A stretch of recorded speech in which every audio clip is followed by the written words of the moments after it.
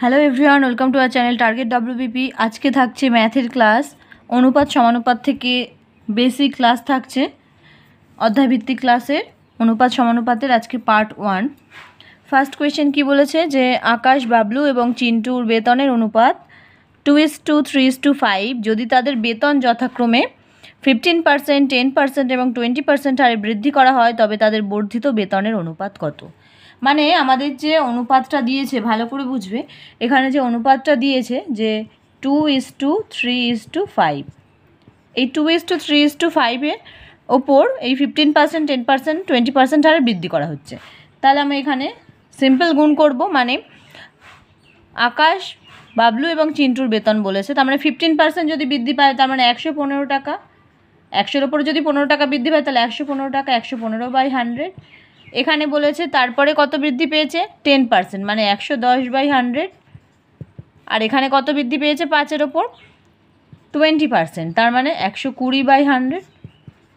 তাহলে আমরা এখানে যদি সিম্পল একটু কাটাকুটি করে নিই, এটা যদি আমরা 5 দিয়ে কাটি, 5 20 100, 5 দিয়ে 5 দুগুণি 10, 3 5 15, আবার 2 দিয়ে কাটলে 10।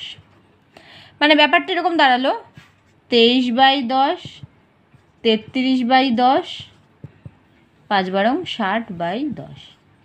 এবার এই প্রত্যেকটা 10 যদি কাটা হয়ে যায় তাহলে কত পড়ে থাকে, 23:33:60। তাহলে তাদের বর্ধিত বেতনের অনুপাত হয়ে যাবে 23:33:60। তার মানে অপশান বি হয়ে যাবে রাইট আনসার। অপশান বি হয়ে যাবে রাইট আনসার।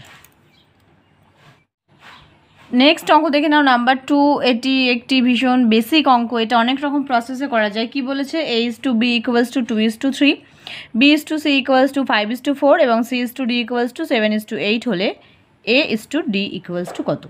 এটাকে আমরা বিভিন্ন রকম করে করতে পারি, দ প্রসেসেও করতে পারি। আমরা সিম্পল কি করব, দ প্রসেস অত জটিলতা না গিয়ে A/B × B/C × C/D করে দেবো, তাহলে এডি বেরিয়ে যাবে। এটা কি বার করার নিয়ম, এডি বার করার নিয়ম। তাহলে আমরা যদি এডি বার করতে গিয়ে এগুলো গুণ করে দিই, তাহলে সিম্পল প্রত্যেকটা যে অনুপাতের সংখ্যাগুলো আছে গুণ করে দিই, তাহলে 2/3, 5:4 মানে 5/4, আর 7:8 মানে 7/8। এবারে যদি একটু কাটাকুটি করে নিই, 2 দিয়ে 4, তাহলে কত, উপরে থাকছে 35 আর নিচে 4 4 16, 3 16 48, 48। তাহলে A:D = কী হবে, 35:48, 35:48। তার মানে অপশান এ হয়ে যাবে রাইট আনসার। অপশান এ হয়ে যাবে রাইট আনসার। নেক্সট অঙ্ক দেখে নাও, নাম্বার 3। এই ধরনের অঙ্ক কিন্তু পরীক্ষাগুলিতে ভীষণ কমন। কি বলেছে, অজয় এবং বিজয়ের বয়সের অনুপাত 3:4, 5 বছর পরে তাদের বয়সের অনুপাত হবে 4:5। বিজয়ের বর্তমান বয়স কত। তো আমরা যদি অজয়ের অর্থাৎ এ লিখি এবং বিজয়ের বি লিখি, তাহলে তাদের অনুপাত কি বলে দিয়েছে, বর্তমান অনুপাত, মানে কি প্রেজেন্ট যে এজ, প্রেজেন্ট এজের অনুপাত কত বলেছে, 3:4, 3:4 বলেছে। এবং 5 বছর পরে তাদের বয়সের অনুপাত কত বলেছে, 4:5 হবে। তাহলে আমরা যদি একটু ডিফারেন্সটা খেয়াল করি, এক ডিফারেন্স, এটাই হচ্ছে 5 বছর, 5 ইয়ার্স, এখানেও এক ডিফারেন্স। তাহলে এখানে এদের ডিফারেন্স হলো একও যা, 5 বছরও তাই, কারণ এদের 5 বছর পরের অনুপাত বলেছে।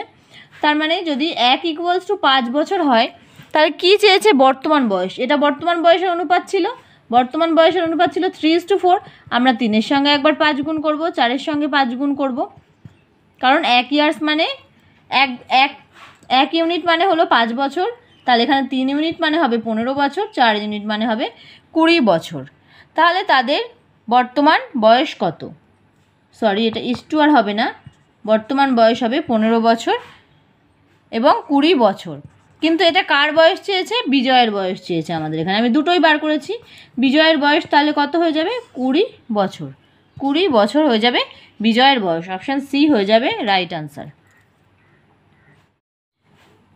নেক্সট অঙ্ক দেখে নাও, নাম্বার 4। এই অঙ্কটা অনেকটাই আগের অঙ্কের মতো, ঠিক নাম্বার 3-র মতো। কি বলেছে, লক্ষ্মীর বয়স এবং তার মায়ের বয়স 3:11, তাদের বয়সের পার্থক্য 24 বছর, 3 বছর পরে তাদের বয়সের অনুপাত কত হবে।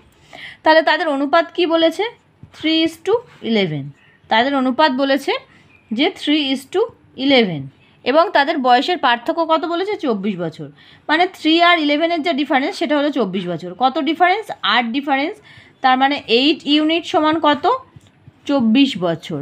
তাহলে 1 ইউনিট সমান কত হবে 3 × 8 = 24, 3 বছর, 1 ইউনিট সমান 3 বছর। তাহলে 3 বছর পরে তাদের অনুপাত কত হবে, তার আগে বর্তমান বয়সটা বার করে নিই, তাহলে 3 বছর পরের অনুপাত বার করতে পারবো। তাহলে এখানে লক্ষ্মীর বয়স হবে 9 বছর, আর 3-এর সাথে 11 ইন্টু করলে 3 × 11 = 33 বছর। এটা হচ্ছে এদের বর্তমান বয়সের অনুপাত। তাহলে 3 বছর পরে কত হবে, এর সাথে আমরা 3 প্লাস করবো, এর সাথে 3 প্লাস করবো, তাহলে 9 আর 3-এ 12, আর 33 আর 3-এ 36 বছর। আমি এখানে প্রত্যেকটাতেই +3 করেছি, +3 করেছি। তাহলে 12:36, 12:36 মানে কত 12 × 12, 3 × 12 = 36, তার মানে তাদের 3 বছর পরে বয়সের অনুপাত হবে 1:3। ভীষণ ইজিলি বোঝানো গেল অঙ্কটা। অপশান এ হয়ে যাবে রাইট আনসার, অপশান এ হয়ে যাবে রাইট আনসার। নেক্সট কোয়েশ্চেন দেখে নাও, নাম্বার 5 কি বলেছে 4500 টাকা ABC এর মধ্যে 2:3:4 অনুপাতে বন্টন করা হয়েছে, সি কত টাকা পাবে। তাহলে আমাদের কি বলেছে যে A, B এবং C এর মধ্যে 2:3:4 অনুপাতে ভাগ করা হয়েছে। তো সেটাই যদি একটু লিখে নিই, A:B:C, আর তাদের অনুপাত কি ছিল 2:3:4। এবার কার টাকা চেয়েছে যে C কত টাকা পাবে। আমরা সবসময় এদের টাকা বার করতে গেলে যে অনুপাতের যে ইউনিটগুলো আছে সেগুলো আমরা প্লাস করে দেবো। তাহলে 2 + 3 + 4 করবো, তাহলে 4 আর 3 = 7, 7 আর 2 কত 9। আমাদের কার অঙ্ক চেয়েছে C এর অনুপাত চেয়েছে, তাহলে C এর অনুপাতটা এখান থেকে নিয়ে নেব 4, আর পুরো টোটাল কত হয়েছে, টোটাল হয়েছে 9, এই 9টা নিচে লিখবো, এবং কত টাকা ভাগ করা হয়েছে 4500 টাকা, 4500 লিখে দিলাম। তাহলে 9 দিয়ে কাটাকাটি করি 500, তাহলে 4 × 5 = 20, 2000 টাকা। সি পাবে হচ্ছে 2000 টাকা, অপশান সি হয়ে যাবে রাইট আনসার।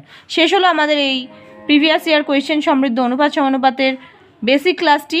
ভিডিওটি ভালো লাগলে অবশ্যই লাইক করে বন্ধুদের সঙ্গে শেয়ার করতে ভুলবেন না। আমরা প্রতিদিন দুপুর 3টে ম্যাথ, রিজনিং এবং জিকের ক্লাস অল্টারনেট করে দিয়ে থাকি, আগ্রহীরা অবশ্যই চেক করতে পারো।